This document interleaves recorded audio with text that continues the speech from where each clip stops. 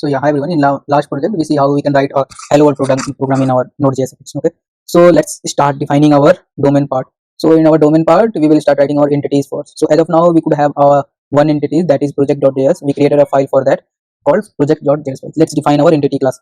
So we will name our class is projects. Okay, in JavaScript you do not have you cannot define a data type of your variable. Like in Dart, you can define the data type of your variable while you defining your entities, but in JavaScript you could not do that. You can do in TypeScript, which is a subpart of, you can say, JavaScript, where you can define a data type of your fields, or you can say the object, but in JavaScript you can't do that. So what we are doing here, we define our entities project. So we declare a class called projects. Let's define our first constructor. So we'll use a keyword called constructor. Okay, this will take us some parameter, we will define there. Fine, and this is our first constructor. So now let's define the parameter which can be inside our project entity. So we could have a project id.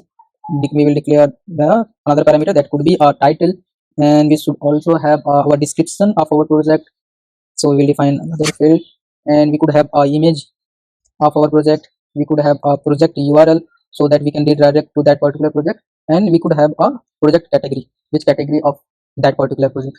So we can use a filter in our client side project. So we will define our entity. We declare class project. In class project we have constructor where we declare id. This could be, there would be a total of 6 field: id, title, description, this one. So let's initialize also, that we can say this dot id could be id like this, and let's copy paste it 7 times, and we will change with title. This is the second parameter, and third one was description. This if you come from Dart, you can see that is similar kind of that only, how we create a constructor in Dart. The main difference is that only in Dart we could also define a data type while defining our constructor and their field, but in JavaScript you could not do that. So our first entity is ready now. Let's save it. Okay, let's now our this server is running itself because we are using a node mon. So we have our first entity project. We have some fields inside our entities. We declared our constructor there. Fine. The next part would be our let's declare our repository here. We have a project repository. Let's create a class called project repository. Let's create a class called project repository. Okay. Okay. As of now, let's say we have one method called get all projects here. Okay, this could be a synchronous method because we have to call our server. So I declared it as a async method. We will not define, we will firstly define our use cases. So once we have this project repository, we have one method as of now, get all projects. Okay, let's come on our use cases. We have one use case which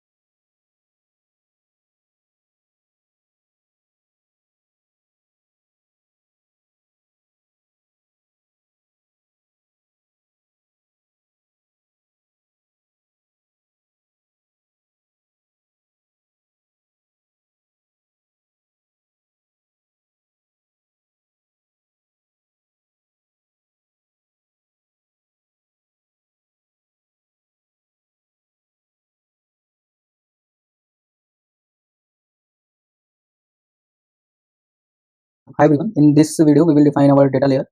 Okay, in our data layer we have a repository and our data source and models. So what we will do, let's define our repository first. So we define a class called project declare class repository, and in our class repository we would have our method to get all of our projects. So we'll name it get all projects. Okay, and this would be asynchronous because we have to talk with server, so that it could be in future. So we'll use as asynchronous tick. Okay, so now we have to talk with our server, then we have to make a connection with our database. So let's create a class called our data source, project data source. In our project data source we have to make a connection with our MySQL database. So let's create a connection for that. So we will use a different file for that. We will not make inside our data source part. We will use a config folder. Inside config we will define our database connection part. Fine. So what we have to do, so there are some requirement also, like we have to use a MySQL. So we have to import MySQL dependency inside our project. How we can do that? We can use npm command for that. Npm install and the dependency name. So let's see. Okay, let's see what we want to use. We want to use const MySQL in the variable name, and we want this require this and our dependency name. So what we have to use? We have to use MySQL to go on this my npm package. Okay, here you have the package name which we have to use it. So in our case we have to use MySQL 2 with promise. Okay, so we imported this dependency, then we have to npm install. Okay, once you installed it, good to use this. Come on our database file, we have to create a connection. So we'll use a let's create a connection by using a MySQL. Already MySQL create pool. Okay, and we will store this is in variable called pool, so that we can export this. Okay, let's export also, and we have to use module dot export and the name. By using of this we can use this in our other files. Okay, so here we are using MySQL.create pool. This will take a map, and there will be some parameters which we need to define, like we have to give the host name while we making a connection with our database. We have to give a username, password, database, those stuff. So what we will do, we can define directly here and give the value. And we have another option is that we can create an environment file where we will store all those our variable is on that file, and we'll use from there. So what we will do, we will create a .env file which we have already, and we have the first variable, that is dbhost, and declare the value of our hostname. Okay, now what we will do, we will define the another variable, like we will define our database user, that is default root. Okay, now another variable could be database name, let's name it as portfolio app, and another variable could be database password, and let's name it as of now what we will do, we will not give any specific password for our database. Okay, and the next thing we can do, that we can define the port number of our app where we want to listen to our products. And the next thing is database port number, let's make it 4306. So these variable we define inside our environment file.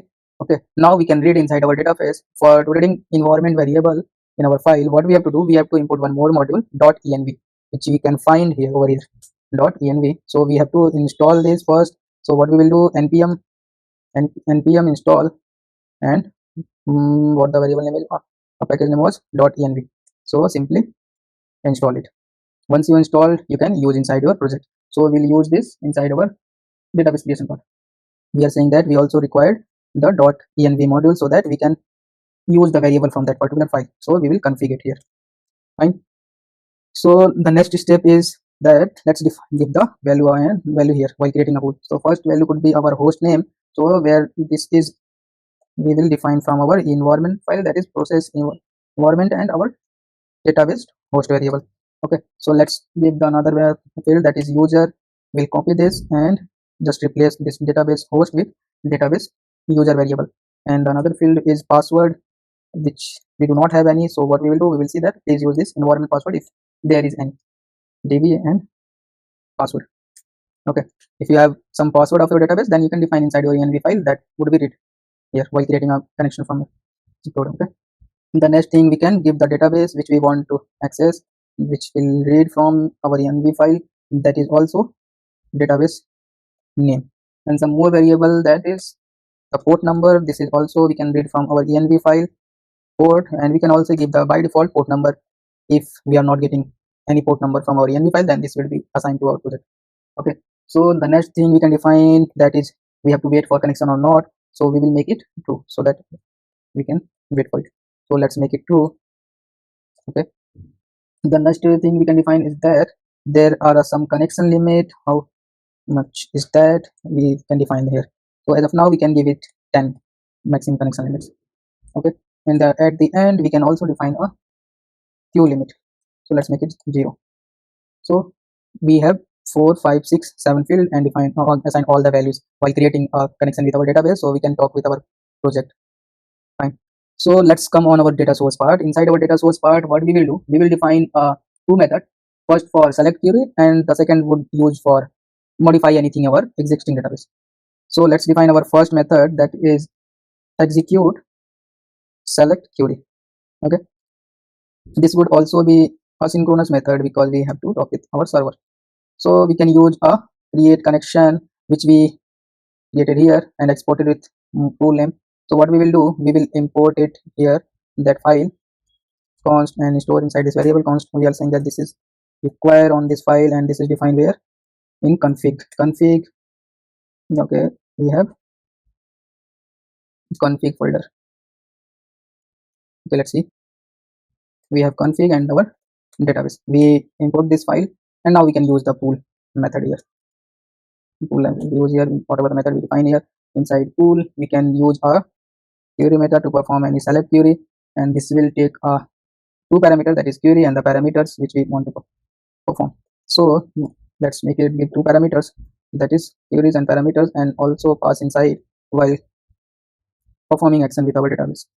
And this would be future, so we'll mark as await, and at the end once we go to the output we will return it. Okay, the next method we will copy this, that would be execute modification query.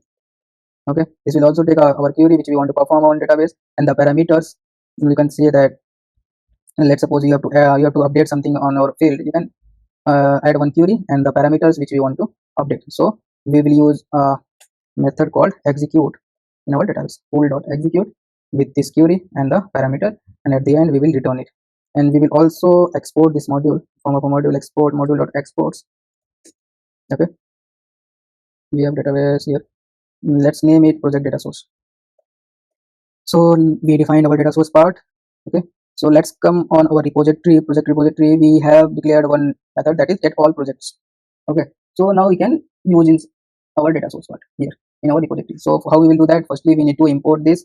So what we will do, we will require what we need to require, we need to require our data source, and the file name is project data source, and we will store this inside a variable called mysql data source, or whatever you want to name it, you can do that. So we have this mysql data source. Okay, now what we can do, we can use this to call the method which we want to perform mysql data source, and in your data source you will see that you have a method execute select query. Okay, this will take a two parameters, execute select query, this will take query and parameters, so we need to pass that. So firstly we have to create the query, so let's make a variable called query, and here we will define the query. So what we have to do, we have to return all the project which we are available on a particular table. So for that, what the query we can use, select star means all the things from where, from our projects table.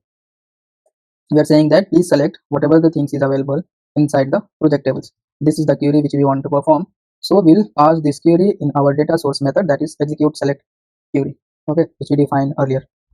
And basically this is asynchronous method, so we will mark as await and store the output in our rows object and assign this, and once we get it we will return our response from here.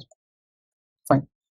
So we have, let's do one more thing, let's import this, let's export this, so we can use this one in other files also. Export, and we can name it project repository. Fine. Once you do this part, now what we can do, we can start writing our controller, those stuff. We can define the controller here, we can define our routes. In the next part we will define our routes and controller. Okay, so that's it for this video. In the upcoming video we will defining our controller and routes. Thanks.